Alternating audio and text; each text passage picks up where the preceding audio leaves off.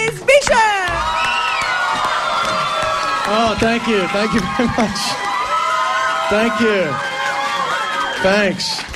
Oh, this is great. So my name is Des Bishop. I'm originally from New York, but I live in Ireland now, so I better explain that. How I ended up coming to live in Ireland was when I was 14 years of age, I got kicked out of school in New York. And how I got kicked out of school was, for a 14-year-old, I had a serious problem with alcohol. So my mother came up with this ingenious idea to send me to Ireland to go to boarding school. So needless to say, I was delighted because there is no better place for a young alcoholic to be than Ireland. It's really like a Disneyland for alcoholics.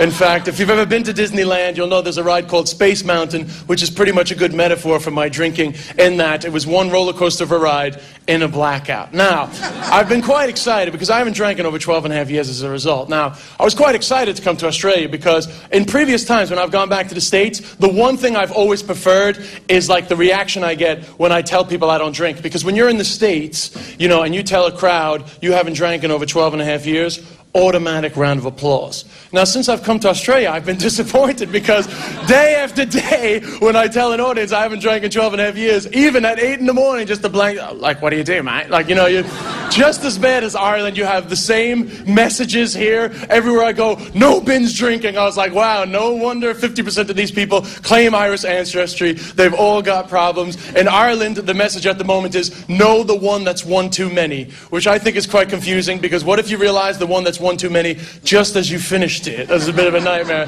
Oh no, now they're going to make an ad out of me.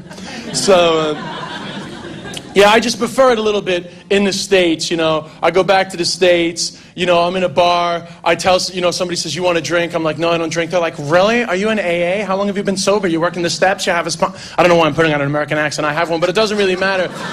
The point is that they're kind of open to the concept that sobriety is a positive thing. Whereas in Ireland, you go to a bar, they're like, you want a drink? No, I don't drink.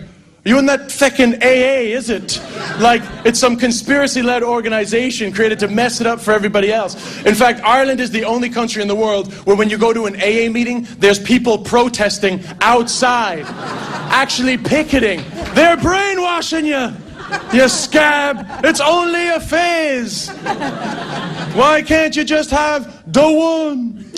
So I'm loving Australia, don't get me wrong. I'm not here to just rag on the Irish, because, you know, for me, being Irish was always really important. Before I ever went to Ireland, I always considered myself Irish, like Irish American. Then I got to Ireland, Irish people were like, you're not, you know, which kind of hurt me, because as an American, it was always important to feel like I had a connection to a real culture, because deep down inside, as an American, you feel like part of where you're from has no real culture or history or, well, who am I telling? Australia, you know exactly what I'm talking about.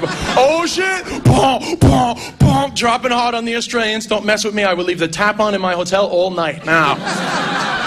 Oh, shoot. So, it's hard to be hip-hop in the morning, you know. It just doesn't happen. But just in conclusion, I'll say that it's always been my mission in life to be a gangster rapper. As a New Yorker, you know, it was like something in me, but then I moved to Ireland and that messed things up completely. There's not much of an indigenous hip-hop market. So it's always been my mission in life to find the gangster rap epicenter of Ireland, which is not an easy task. But I thought hip-hop is about divided society, you know, East Coast, West Coast, Tupac Shakur, Biggie Smalls. So I thought, where in Ireland can I go that has a divided society like that? So, thank you, one historical lady is like, I know what you're talking about. But I went up to Belfast and I hooked up with some serious rappers up there. I hooked up with NWA, you remember them? Nationalists with Attitude, they were busting out some good shit. EPMD, you remember them? Extreme Protestant Mac Daddies, they were busting out some crazy shit too.